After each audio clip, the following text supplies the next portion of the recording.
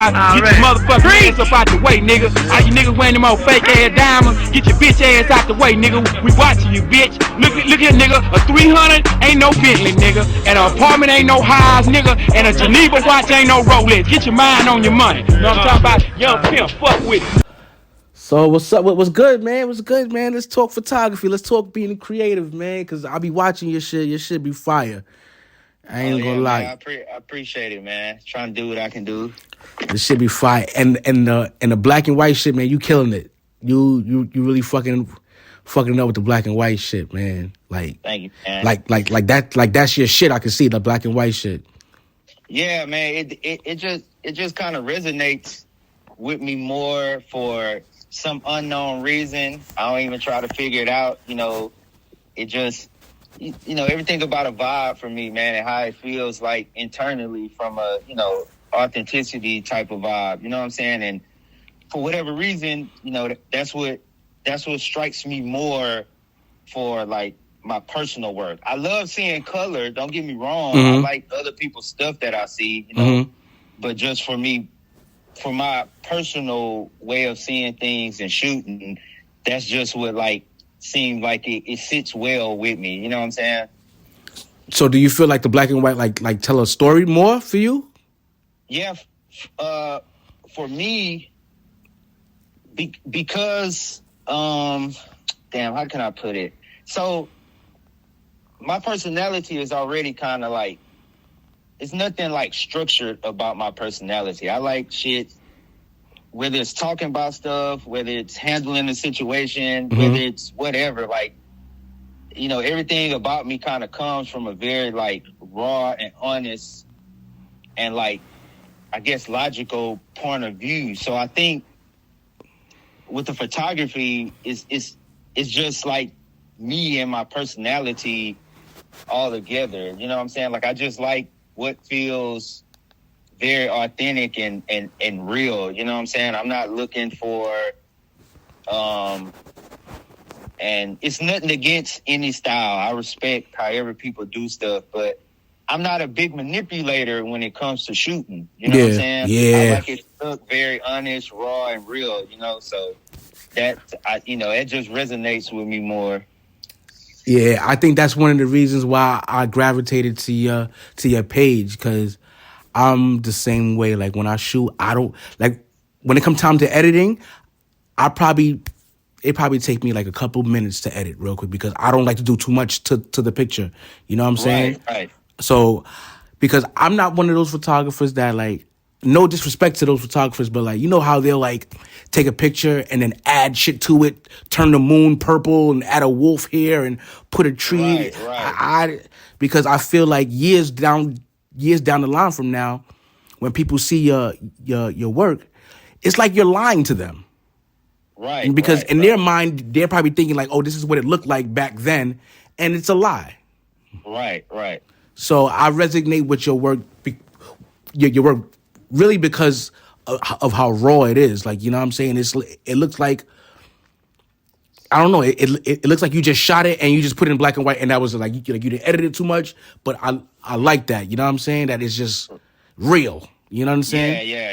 It's real. So that I try to keep it. That shit resonated with me a lot. So tell me, so you from Houston? Yeah. Like, kind of like east of Houston. I stay in like a little community called McNair, Texas. That's where I was born and raised. So it's sort of like east of Houston. Yeah. Okay. And what's the culture like out there? Like is it really like the Paul Wall, Slim Thug type of vibe out there? Like with the Yeah. So like where I'm from, it's pretty much the same thing. You know, like growing up,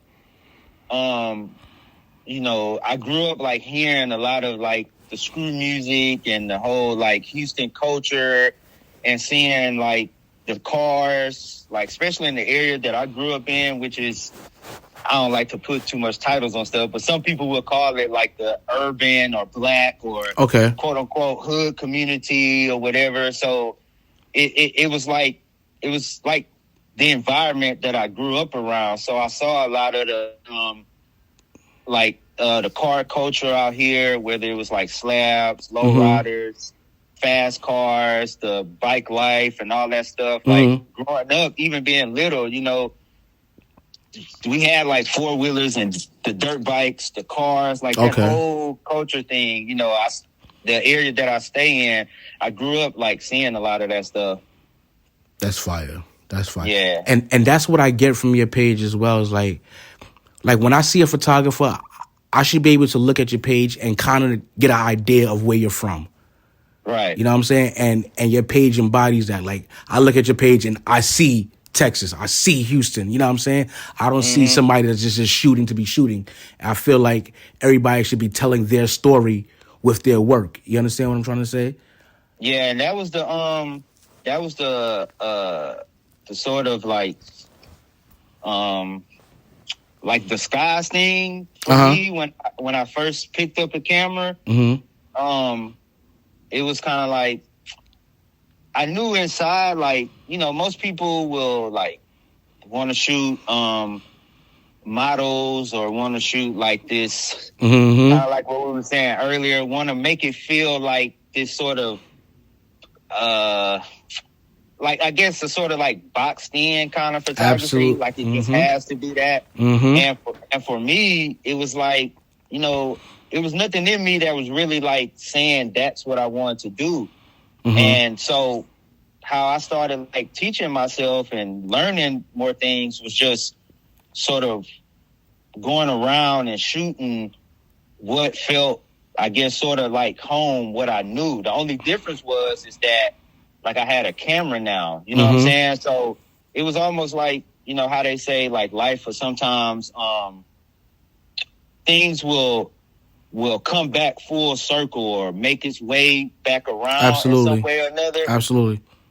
It really made me feel like that kid again. Because like when I was little, and the street that I stayed on, it was a guy that stayed on my street who would wash, you know, all the guys from around the neighborhood with these cars. He would wash, they would bring it to him to get their cars washed. Okay. And he knew me from staying on the street. So I would like sometimes walk down there to the corner and just sit down and watch him wash the cars. It may be a lowrider or something. They'll be, you know, hitting the switches and just that whole like scene, you know what I'm saying? So it brought me back to like feeling like a kid again. Like once I got a camera, it was like revisiting that all over again. But now I can actually like document it and have these things stored away like for myself. You know what I'm saying? Absolutely.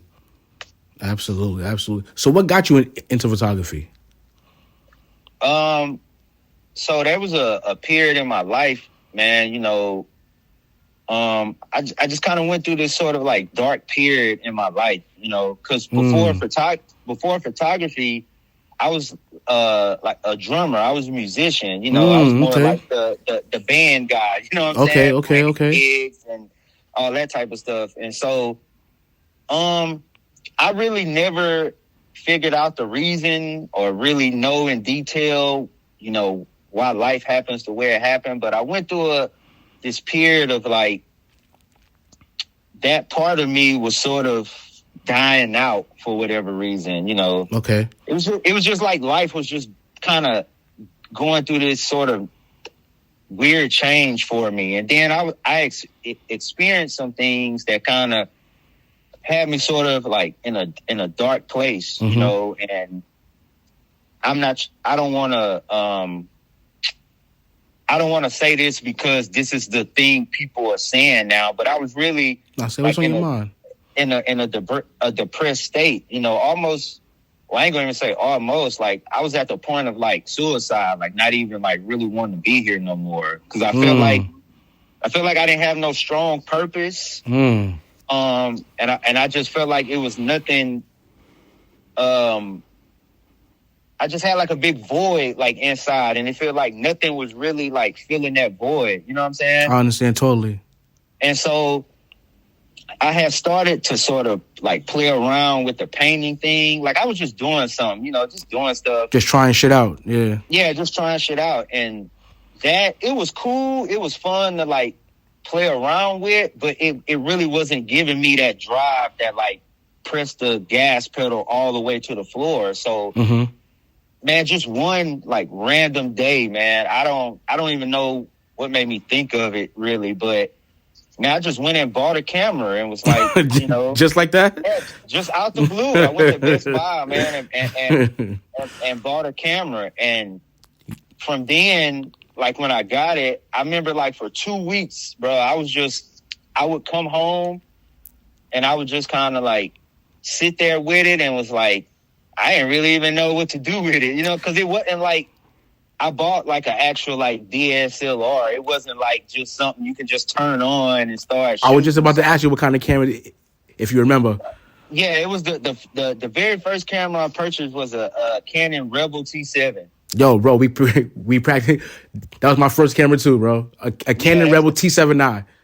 Yeah, that's the first one I got. Mine too.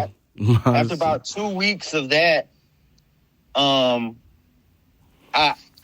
like just got on YouTube and looked it up, and I just started looking at somebody who was sort of like breaking down the camera, like a review. Yeah. And as soon as they got to the part of where you sort of like get your adjustments right, the lighting and the ISO and all that stuff, soon as I saw that part, I didn't even watch the rest of it. I kept rewinding it, and I got my camera, and I was like, oh, okay, this how I get, like, you know, the lightings and all that right. And after that, bro, I turned it. It was all, I mean, maybe I should have watched the whole thing. I don't know. But when I figured that out, that was it. I was like, I don't even need to know nothing else. And from that, I just went out and started practicing, you know, like getting my settings right, walking around, you know, and just. Absolutely. Just I know. Just from that point. And it was just like this drive that kicked in, and every day, like, I just wanted to get to it. I'm at work, like thinking about it, going to lunch. I'm like taking my lunch, sitting in my car and getting back, like having my camera with me and playing around with it and watching video. Like, it just, from that point on, man, it just kept elevating more, you know? That's fire. You sound so much like myself, but you jumped off the porch, sort of say, way sooner than me, because I was a YouTube fanatic. Like, it was to a point where I had to catch myself because I was becoming one of them. Like, I didn't have a style of my own, right? So I would want my pictures to look like how those guys did on YouTube. You know what I'm saying? So I would emulate them so much to a point where I didn't have like my own identity. So I had to really stop watching that shit after a while because. And for another thing, I have a problem with authority. I have a problem with rules. Once it got into like, yo, you have to set your ISO this way when you're in this type of lighting and shit like that. I'm like, yo, dude, what if I want my pictures a little darker? What if I want my pictures a little lighter? Why do I have to follow these rules? You understand? Right, exactly. I'm the same way. So I was like, man, fuck what these niggas say. And then I just, in my mind, I was just like, yo, you know what? Photography is all perspective. You know what I'm saying? It's all on what you like. There's no, to me, there's no right or wrong way to do photography. It's all on the photographer, what he likes, and you find your audience, and they'll gravitate to it, and then you feed your audience, and that's it. You know what I'm saying? So when the rules come into play, that's when you kind of miss me. Even today, like, I couldn't tell you too much about the ISO, what you should put your settings on. I really don't play into that. Right. You know what I'm saying? Yeah, I'm the same way. I adjust my camera to what I feel looks good. Right. You know, so, but yeah, man, YouTube, I guess, taught a lot of us, bro, because I'm self-taught as well. So YouTube was like everything to me, bro. Exactly what you said. When I got my camera, I didn't even know how to turn that shit on. I just knew I just knew I wanted a camera. Right. You know, and yeah, man, but that's crazy. So how does the whole Houston scene play into your photography? Well, from like when I was a kid, even more than like seeing the cars, the one thing that was always exciting to me that I would love to see was like the bike life scene. So even growing up, there were dudes around where I'm from who had dirt bikes and stuff, and I just like when the Juneteenth parade and all that would come around. Yeah. And even at one point, one of my uncles, shout out to my uncle Jig, he like randomly bought like this Yamaha Sports 4-wheeler. I think it may have been a Yamaha Blaster. Okay. To this day, I still don't know why he bought it. I think it was for something, I don't know. But when he bought it, he brought it straight to my grandparents' house, and he would just leave it over there, and he would leave me the key.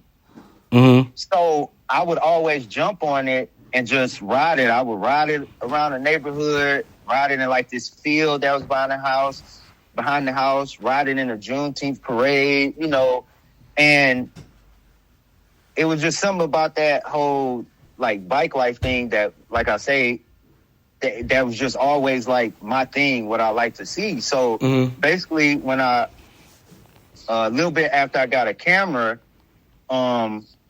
somehow, I don't even remember how, but I ran into like the bike life crew from Houston called the Pop-Out Boys. Shout out to the Pop-Out Boys. And so I saw they posted one day that they were like going to be at this park. So basically, I just pulled up. I just went by myself. You know what I'm saying? I pulled up on them.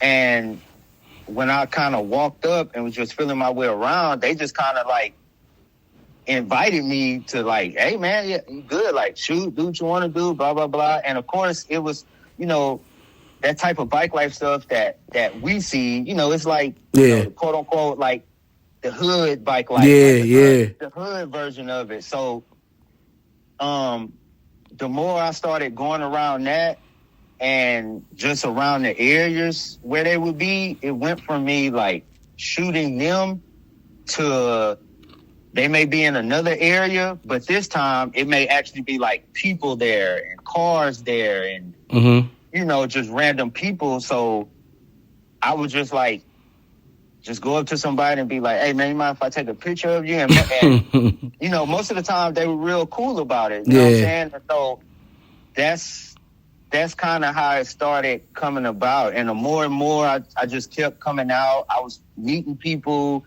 meeting different photographers who kind of, you know, their vibe was the same thing, and just kind of getting in the mix and, you know, just going out more. And it just, you know, it just kind of started going from there. And I took a liking to the fact that these were moments that were happening. They wasn't planned. They were just raw, honest, in the moment shots. Like people just being their natural selves. They, you know, they weren't trying to look a certain way or be a certain way. And that's what I like to capture. Like anytime I shoot somebody, whether it's a personal shoot or just something on the fly, I always tell people like, I'm trying to capture you. So don't feel like you have to be like this, have this quote unquote perfect look. Whatever like, what's perfect to me is you being who you are. That's what I want people to see. That's what I want to come out of my shots. Just that raw and honest moment. You know what I'm saying? Absolutely, bro. Absolutely. That makes total sense when you put it that way, you know, like the rawness and the beauty of it is just dope. How people can just be themselves and you find beauty in that. You know what I'm saying? Right. You know, like to me, that's like unmatched. I that's why I don't do those, you know, those birthday shoots or those, you know, those models in front of a beautiful car. Like, no disrespect to people who do that, but me, I want to create an art. You know what I'm saying? I want something to live, because those type of pictures live for the moment. Like, they look nice, and then they're forgotten about. You know, my purpose. That's another thing. Like even though we're using a camera, for myself personally, I don't use that like photographer or photography word too loose. Like, absolutely, I keep it in its own context, because like one of the things you just said, which is the same for me, it's more of art to me versus like, oh, I'm just a photographer. Absolutely. It's like, nah, this is art for me. So, you know, I'm not shooting to like make this.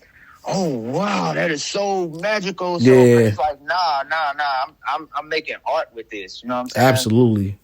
And this shit will live past our existence. That's the point of it for me. Like, you know, it's like the same way people look at the Mona Lisa.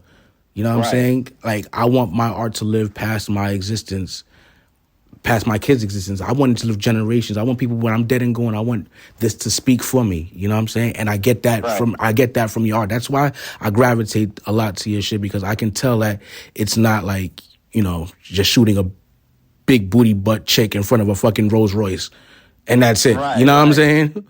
Yeah, even if I did do something like that, it would be artsy. It'd be artsy. Yeah, it would have to be like the way, and that's why there's been a lot of shoots that I would have to turn down, because some people would just see that you know how to shoot a camera, and they may come at you and be like, you know, can you do this shoot for me based off of like how they view photography, and so I'll either tell them like, I'm gonna be honest with you, if I do it, it's gonna have to be like on this vibe. Yeah. If it's not on that, you know, it's no disrespect. The least I will do is refer them to somebody that I know can do that. But yeah, I know what's for me and what's not for me. But do you take, can you take that as disrespect? Because in a way, it's like, if you ask me to shoot a baby shower shoot or something like that, right? Or a pregnancy shoot, right? In my eyes, I look at it as, you never looked at my work. Because you see that if you go to my work, nothing on my work shows this type of work that you're asking me for.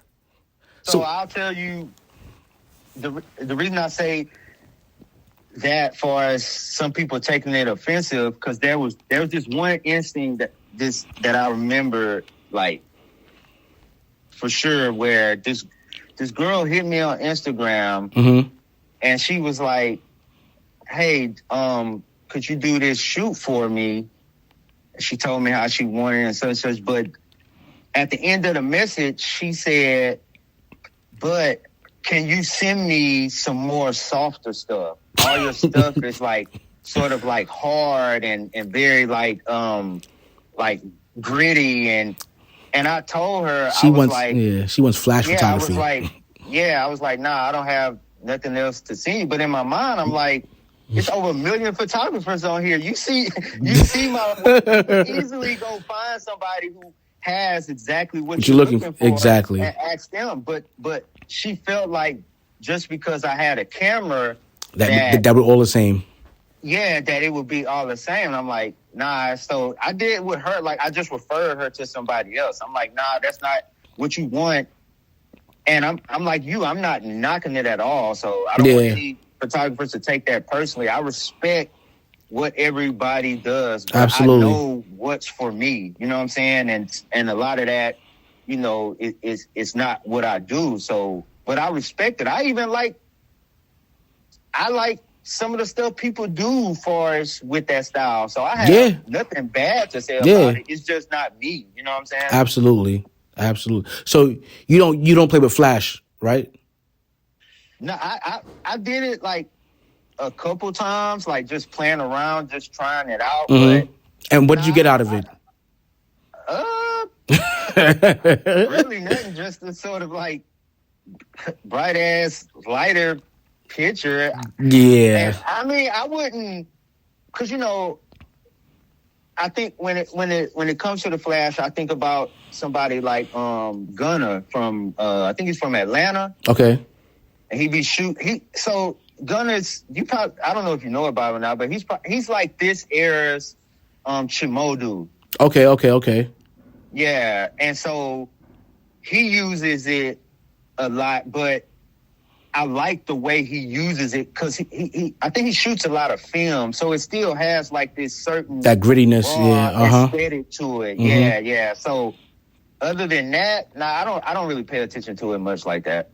Yeah, for me, it adds exactly what I'm not looking for. Like, it makes it look a little fake.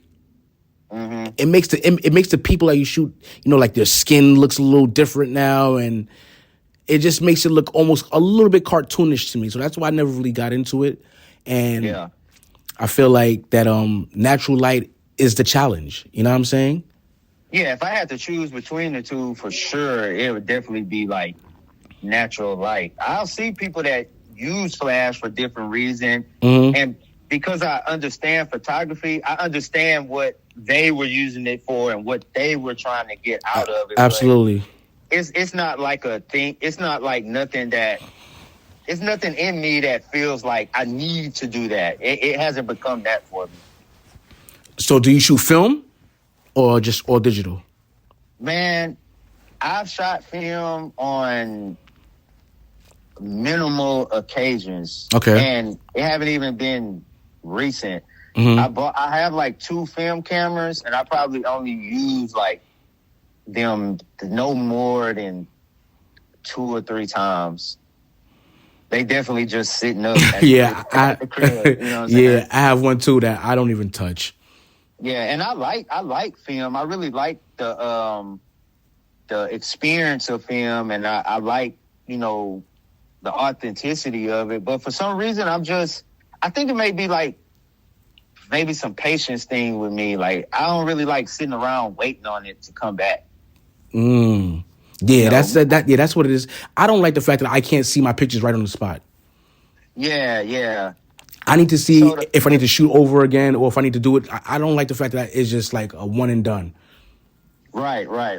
You know what I'm saying? So yeah, that I always choose digital over film. Me personally, I have this thing that I shoot with a Canon 5D Mark IV, right? Okay. And I have this thing that's going to be the camera that I have for the rest of my life. So if I break my 5D Mark IV, I'm going to buy another 5D Mark IV because I know as the years go on, cameras will get better, correct? Right. So my 5D Mark IV will always have this look that the new cameras won't be able to do because they'll be sharper, they'll be more, you know what I mean, more advanced. So I want to stay with one look for the rest of my career as a photographer. Yeah, I feel you on that because not too long ago, so when I first got that Canon Rebel T7, after that, you know, when I kind of felt like, okay, it was sort of like green light, like I had a good goal on how I want to shoot and start learning more about the cameras. When I upgraded to a Canon 6D. Okay. And I ended up, after that, I had bought another Canon. And so I gave that 6D to a friend of mine, and she was like super dope, but she had like this old Nikon camera that was like falling apart. It was just all jacked up. And so, but I saw what she was doing, and I respected her for what she was doing. So I just gave it to her. I was like, man, just take this. You know, I see you're pretty serious about this, and you got a good thing going, so just take it. And I recently got another Canon 6D for the exact reason that you just said. You know what I'm saying? Because I'm not saying that anything is wrong with a lot of the like upgraded technology, but that Canon 6D, and which is the body style is pretty much the same as your Canon. Yeah, you know exactly. Yeah, it is the same exact thing, basically. I sort of gravitate to what's considered old. Yeah, because it's gonna like you say, that rawness that you can get out of it. Everything that's so super technology built right now, I can't find it in that. Exactly, and I don't. There's some super dope cameras, and they shoot like crazy, like damn near perfect. But I'm not really like in search of perfect. That. Yeah, you're not in search of perfect. Yeah, me, I'm not in search of perfect. I don't want it to be too sharp. I don't want it to be too crispy. Like you said, like the R5 and all that, them shits is fire. Right. But the look that I get from my 5D, I want people to be able to just see my work somewhere and be like, yeah, he did that. You know what I'm saying? Right. I know he did that. You know what I'm saying?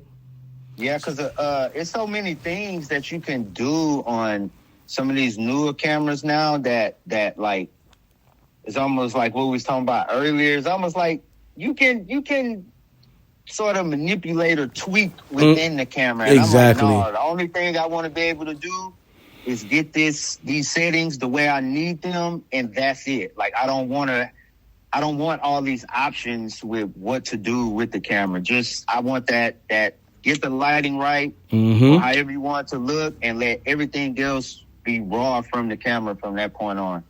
Absolutely. Yeah, I'm sold. Like, I told myself, like, I'm 5D Mark IV forever. Like, I'm never going nowhere else. You know what I'm saying? And I've touched numerous new cameras, and they shoot better than mine. I can admit it, but they don't shoot like mine's.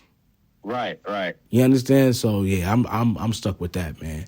So what are you trying to get out of the art form? Like, are you trying to get in galleries, in museums? Like what's your end goal? What's your, like, bucket list that, like, all right, once I do this, I'm solidified in your own mind? Man, my biggest goal would be to, like, even with being a quote unquote photographer, the artist that I'm the most inspired by is Basquiat. Okay. Just because of how he came in with this sort of what we were kind of touching on earlier. He came in with something that was totally different from what people were used to seeing when it came to painting.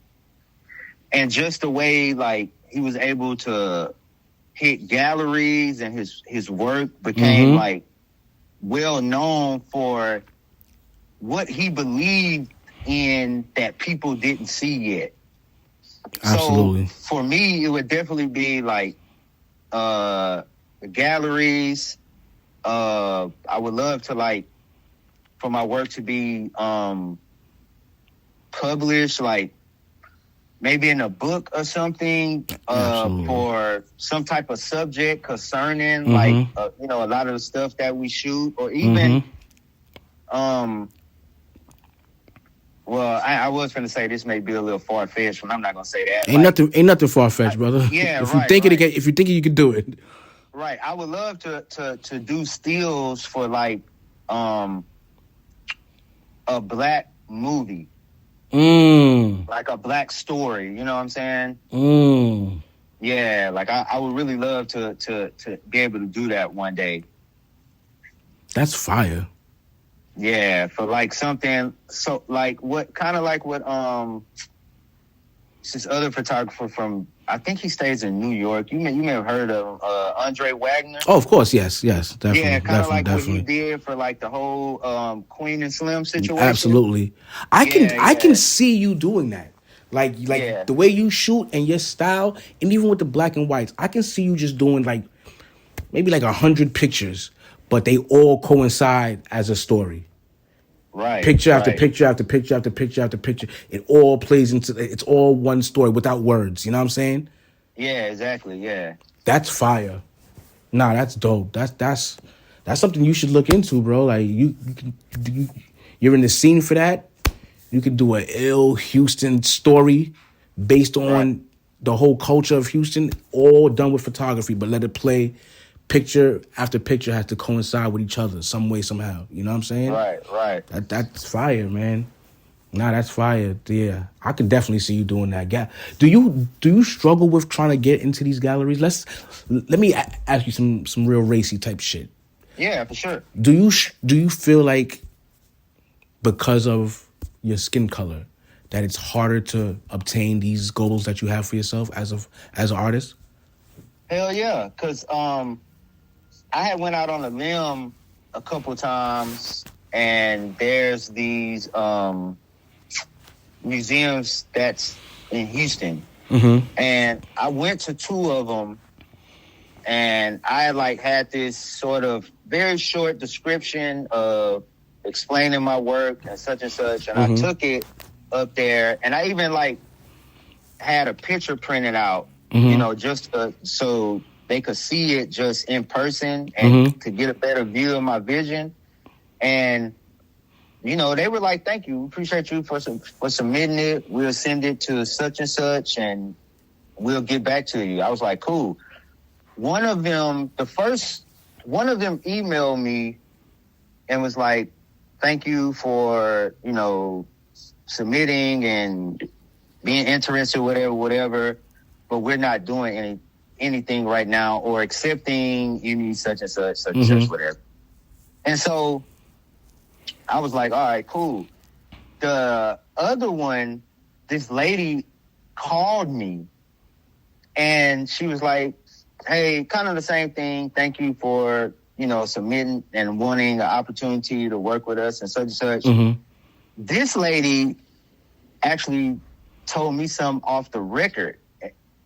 After she got through saying the political stuff and what she had to say for the job, okay, she said, "Hey, I want you to know that I saw the picture the print that you brought in, and I really, really felt what I seen." And she was like, "I'm going to be honest with you.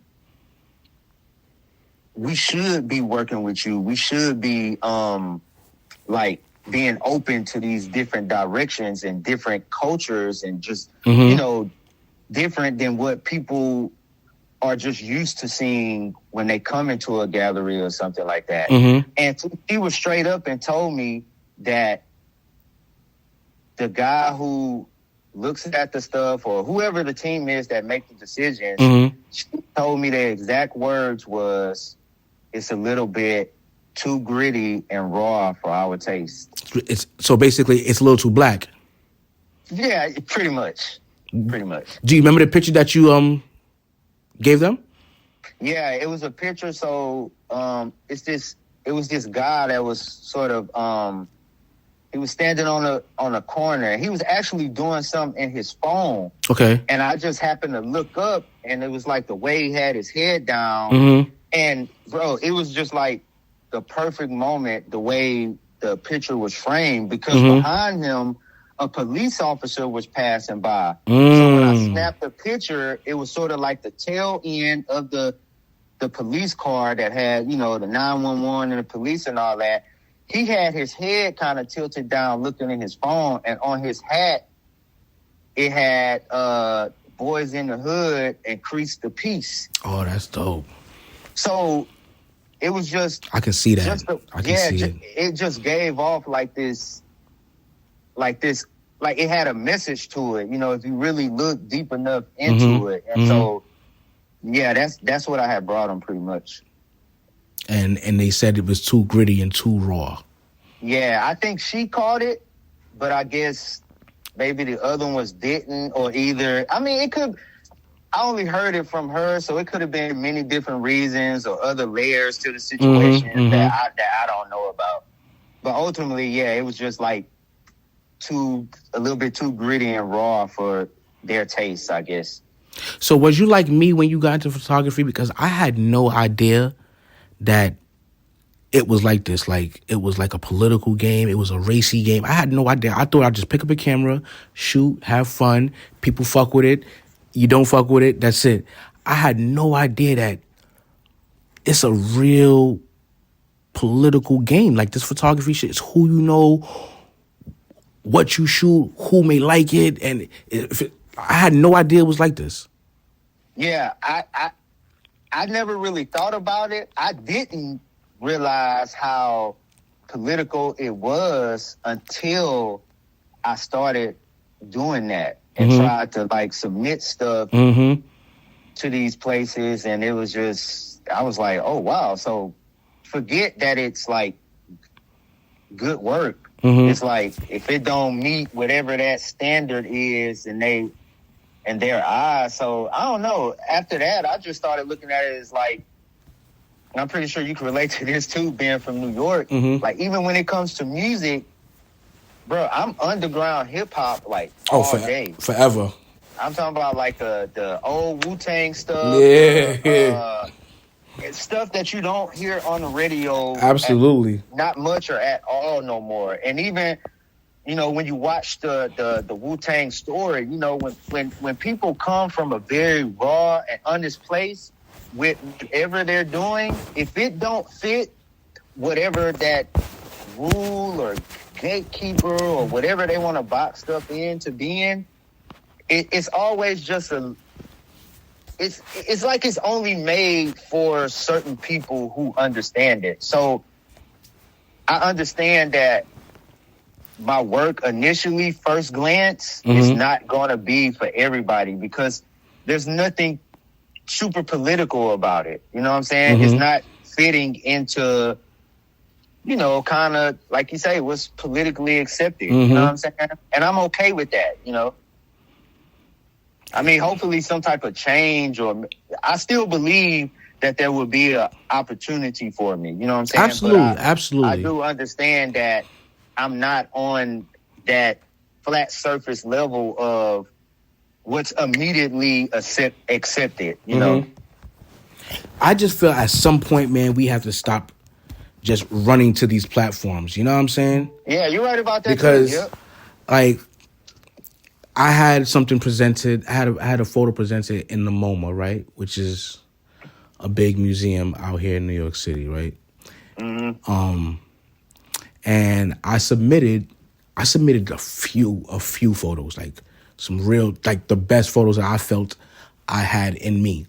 So they finally chose one, but the one that they chose was the most safest one. In all honesty, to me, it wasn't my best work. You know what I'm saying? Out of all the pictures I sent them, that would have been the last one that I would have thought. And for one, it was the safest one. And two, they only presented it in the subways, not in their building. Right. And at first I was excited. Like, I'm still am excited that I was even presented from the MoMA because they're like top choice when it comes to museum work and things of that nature, right? But after a while, I started looking at it like, yo, damn, why am I not good enough to get in that building? You know what I'm saying? And then and then I started realizing that, and I had a talk with a photographer friend of mine named Anthony today about this, actually. I'm like, yo, it seems like they only let in one black photographer at a time. You know what I mean? Right. Too many of us at one time would cause too much disruption. So it's like... we're not going to bring a handful of y'all. Exactly. At one time. It's one of them at a time. And this is no disrespect because I think women photographers are just as dope, even better than men. But they 9 times out of 10 choose a lot of women photographers over a man, or over a black man. For some reason, I noticed this, and not saying that they don't deserve it, because I think women do deserve, especially if you're dope. If you're dope, there's no gender to me. You know what I mean? Right. You're just dope. You're just fucking dope. Yeah. But I don't know. I don't know how to say this without sounding crazy, but it seems like coming from our walks of life, it's just hard as a black man doing it. Especially, I can speak for myself. I can't speak for you because I don't know too much of your background. But I know me. I have a quote unquote street background, like, you know, I'm jail and all that type of stupid shit that don't make no sense. You know what I'm saying? Shit that don't even equal to nothing. But I have that background on me, and I play off of it. You know what I'm saying? And it shows in my work. You know what I'm saying? Because this is what I know. This is what a lot of people who don't have a camera, who don't have a voice, who don't even have a talent, wish that they can see more of. You know what I'm saying? Of their upbringing, more of this. So I feel like that's the hardest thing for me to break through with, I'm not going to conform for anybody, but at times it makes me feel like, damn, do I need to switch the style up a little bit? Like, do I need to? I don't know, man. Like, no, I feel you on that. I've went through those motions before too, because, like I say, everything about my photography is my personality. Absolutely. So I wasn't the in the front of the classroom student. School for me was like, I didn't take advantage of it in the way that you're supposed to. I was in trouble all the time. I was in alternative school. But that experience and those experiences for me not walking that straight line through life is exactly what made me who I am today. Absolutely.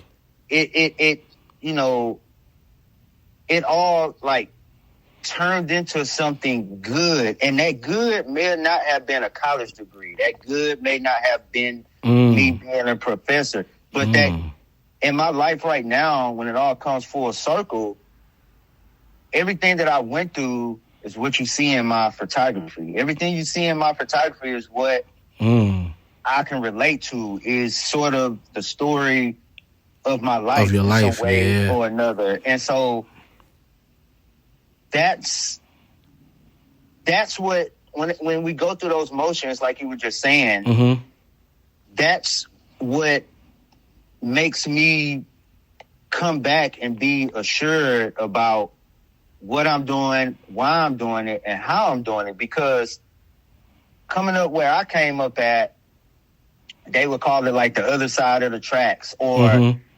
I had like other friends of other races coming up in school, and I, like if they stay outside the area, sometimes I would walk to their house.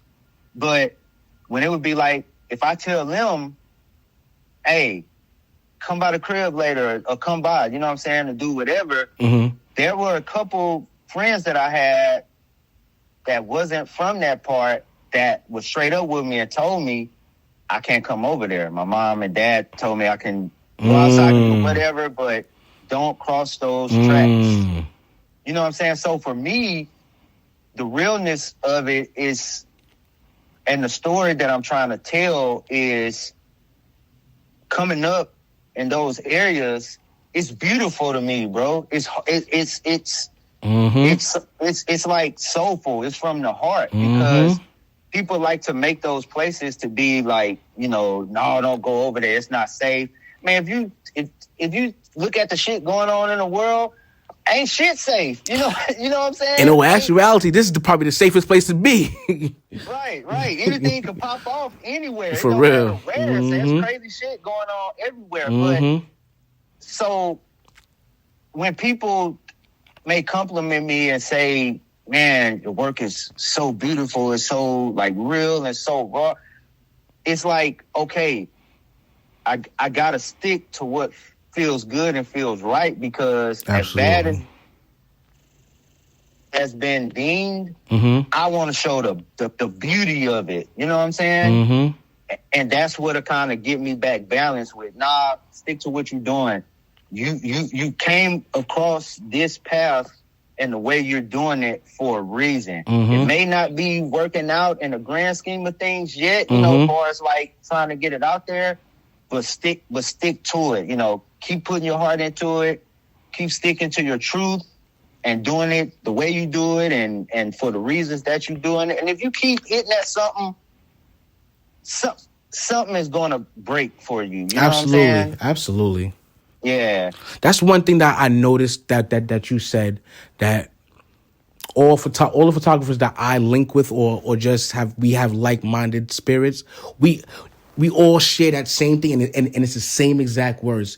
You said it too. You said that you're trying to just show the beauty in what that place is or has already. So if you're in the ghetto, you're trying to show the beauty of the ghetto. And all photographers that I link with, they say those same exact words. And it seems like that's the fight right now, is for us to show the beauty in where we came from, or what society and the government has given us. And we turn it into something that's beautiful. Yeah, and it's kind of a good thing that the people that maybe don't get it, or may like not see it as whatever is easily accepted. Sometimes when I see that, I'm like, okay, cool, it's doing what it's supposed to do. Because like you say, the higher power people or the government, whoever make all these rules, or try to tell you what's good and what's bad, or what's a good life or a bad life, or this.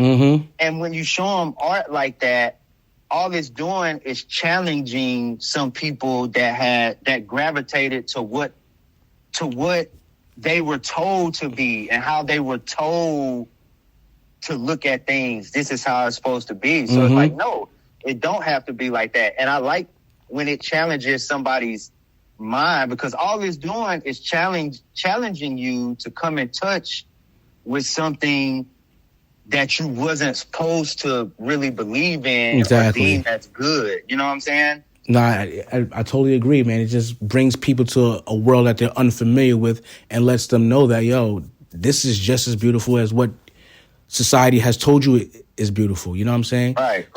So when I shoot a female, something like, because you know females are a little technical when it comes to how they look on camera. They be like quick to like, yo, can you edit this out, like a little mark on my leg or something? Like, listen, I'm leaving all of this because this is who you are.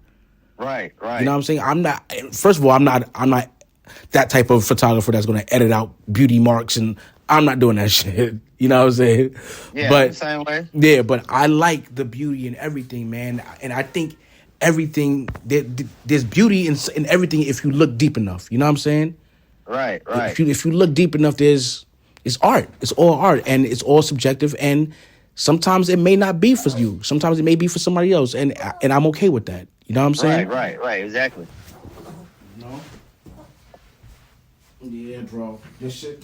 So, just a few more questions I want to ask you, bro. Yeah, you good. What do you want to be like remembered for? You know, God forbid, but it's life. So, and I really have no problem speaking on reality like this. After you transition on to the next life, what do you want to be remembered for as a photographer or as an artist? Part of me. I would want to be remembered for like going sort of against the grain and outside of the line when it came to photography, because I've ran into photographers before and also like went and shot with other photographers. I'm thinking about this story when I was in Atlanta, and we were just walking around, and the guy that I was with, I saw this it was a black guy. He was kind of walking down the street. It was it's pretty obvious that he may have been homeless, or he was everything about him was street. Mm-hmm. And he actually started talking to me and was like, asking questions about, the camera and what I was doing, such and such. And I asked him, I say, hey, with all due respect, is it okay if I take a portrait of you? Mm-hmm. And he was cool about it. He was like, yeah, man, cool. So we took the portrait. So the guy that I was with, he was kind of like, man, I don't see how you do that. Like, yeah, I'm always scared to kind of ask, or mm-hmm. I get nervous, or so I would very much, out of everything, want to be known for like kind of being fearless. You know what I'm saying? Mm-hmm. And going out there and doing what, I'm not gonna say all, but there's a good amount of photographers who really don't understand doing that. Mm-hmm. That's very foreign to them. You know what I'm saying? Mm-hmm. So I would want to be known as like I was fearless, and that I captured like the real essence of people. You know what I'm saying? Like, absolutely, everything you got from me was truthful. It was honest, and I went at it like 100% fearless. You know what I'm saying? Just somebody who just, man, who just gave it to you honest. You know what I'm saying? Like, that's the biggest thing, man, because I'm a realist type of person, and mm-hmm. I'm so everything that I do, say, or how I move, it has to be honest. I'm not trying to put no cover over it. I'm not trying to give it to you halfway. So, anything along that line is what I would want to be known for. And the fact that I was able to show, and this is nothing against any other race, mm-hmm. but the fact that I was able to show beauty in our people.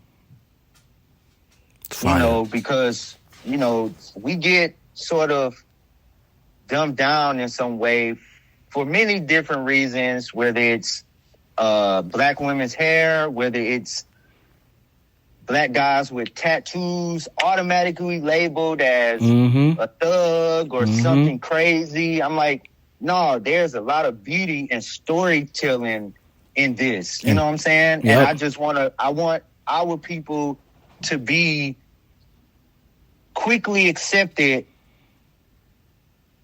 even if they don't look like what people, like you say, feel is safe. Like, nah, man, you can learn a lot from these people. Like, absolutely, raw, honest truth from these people experiences. Don't look at their tattoos and think, oh, they're a thug, or oh, they're in the gang, or oh, man, I would hang out with a lot of them and trust my life with those people before a lot of other people that's the opposite of that. You know what I'm saying? Absolutely. Yeah, so just, you know, I just want to be, you know, known that I wasn't scared of the people and that I showed the honest truth about, like, who we are, you know? Nah, I like that a lot. I like that a lot, bro, because it just shows the real human in you. Like, you know what I'm saying? Because like you said, not everybody, and that's a skill, believe it or not, to just walk up to strangers and just get their permission or just ask them. You know what I'm saying? Because I shoot with a lot of other photographers, and they say the same thing about me. They be like, yo, damn, bro, like, you just talk to anybody. I'm like, yo, bro, I'm for the people. You know what I'm saying? So yeah, and that's another thing. That's another thing, like, about it too, that you're able to show people, like, you don't know a person till you know a person. You know, so you may be thinking this person is a threat, or they look scary to walk up to, and get up to them and talk to them, and it'd be the total opposite of what you're thinking based off of what you're seeing. Absolutely, you know, so bro. No, absolutely. So one more thing. There's a young kid right now, right, who lives in the hood, ghetto, urban community, whatever you want to call it. And all they in their mind and what they see in their eyes is all they see is either, you know, drugs, rapping, or playing sports, right? What do you tell them as an artist, as a photographer, that it's cool to do this? How do you convey that to them? If that situation came about, I would, like you say, if they gave me only like this certain list of options, I would respectfully like ask them, like, is that what you want to do because that's all that you see? Like, do you know, like, have you thought of anything outside of that? And depending on their answer, you know, they may say what you mean, or, you know, whatever, or yes or no. I probably would give them my story and be like, hey, if you feel like rap or balling or whatever it is, if you feel like that's what you're supposed to be doing, cool. But I was a guy that came up in the same community or same kind of community, and everybody out there, as far as the males, for the most part, they knew football, they knew basketball, very sports savvy. Yeah. I wasn't that kid. I was like sort of the creative kid, like into music. You know, I was on that side of things. And I would just tell them, you know, and whatever you do, just make sure it's what you want to do. Don't do it because it's all that you see. And I would pretty much give them an example of myself. Like, absolutely. Where I'm from, I don't know anybody else in the area that I'm from that's a photographer. That's crazy. In the area that I stay. Yeah. I know what you're trying to say. I'm the only person out there that does photography like that. That's dope. You know, and it don't make me, you know, less or better than anybody, but you know, I would just show them like in whatever you do, just make sure it's something that you want to do that feels right to you, whether it's picking up a camera, whether it's being a dentist, whether, you know, and if it's rap, if it's that or whatever, the street that you want to portray, cool. Just make sure you're doing it because that's what feels right to you. And always make sure it comes from a authentic place. You know what I'm saying? Like, tell your story. You can tell this one story that everybody may be telling, but tell it your way. You know, that would probably be the most of it to all, because I'm big on like just being yourself and being who you are. Don't matter who accepts it, don't matter if they like it or not, man, always stay true to yourself, man. Yo, bro, that answer you just gave me, it just sums up the reason why. One, I do this as far as like the Views from the Trap podcast, and two, why I interviewed you. Because without you knowing, that answer you gave me is the whole interview that we just had. And this is why I interview people, because I know that there's somebody that's in that place that I just asked you about that doesn't know that they have other options. You know what I'm saying? Right. And not on top of you have other options, you can still be lit. You can still be cool. You can still be that nigga or that chick in your hood doing photography or painting, whatever it is. You know what I'm saying? So, man, I appreciate you for being honest and sharing your story with myself, because I learned a lot about you, because I ain't know shit about you. You know what I'm saying? So just as much as the listener is listening, learning about you, I'm listening and learning too. So I appreciate you for that, man. And you already know I fuck with you on the gram. I fuck with your work. And we going to speak way more times after this. But I appreciate you for doing this, man. And this shit really means a lot to me. And I hope that this shit resonates and touches somebody who really needs to hear this shit, bro. Yeah, man. Likewise, before you go, man, let me give you your props too, man. It's the same, everything you said towards me, I just want to let you know, bro, it's likewise the same exact thing from me to you. When I ran into your work from, I think I may have ran into Dom from New York. Yeah. Like, I ran into his work, and then that's how I found you. Yeah. And I mean, instantly, when I saw y'all work, no lie, all I felt was a New York vibe, bro. Oh, man, I appreciate it, man. Yeah, like, it was right off the top. And I love the way you shoot it, and you keep that sort of like, you know, that real street gritty New York vibe, man. That's all I feel, man, when I see your work. Whether it's you shooting a person or shooting a corner store, whatever, bro. I just want to let you know from the outside looking in, bro. I appreciate it, because I know man. sometimes as artists, we may not always feel it, but from the outside looking in, bro, you portray your environment and where you from and the people and the story from around there and that whole vibe, bro, to the most high percentage, bro, like 100%. I appreciate that, man. I'm glad you see the vision, bro, man, and that shit means a lot, bro. I for real shit, bro. That shit means a lot, bro. And that's all I ever wanted, was the people just get it. You know what I'm saying? Right. That's all I want. Portraying it, man. You're definitely doing it in my eyes. I appreciate it, bro, man. Like I said, we gonna speak again, and I appreciate you from the bottom of my heart. And I know that the people, when they hear this interview, they gonna appreciate it too, bro. Any last words that you got for the people out there, brother? Man, keep it love, keep it light.